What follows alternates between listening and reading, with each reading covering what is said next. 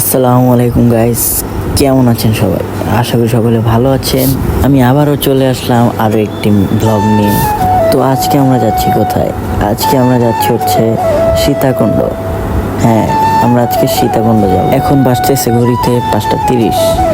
ভোর 5:30 আমরা রওনা হলাম কুমিল্লা থেকে সীতাকুণ্ডের উদ্দেশ্যে।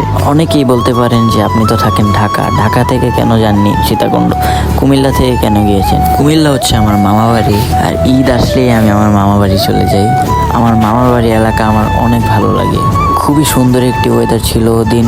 এখানে আমার মামাতো ভাই আছে, সব ভাই ব্রাদার আছে। সব ভাই ব্রাদারকে নিয়ে রওনা হলাম সীতাকুণ্ডের উদ্দেশ্যে। যাওয়ার পথে কুমিল্লা হোটেলে আমরা থামার পরে যে যার যার মতো নাস্তা করিনি, কারণ আমরা সকালবেলা কেউই এখন নাস্তা করিনি। ব্রেকফাস্ট করে আমরা আবার রওনা হব।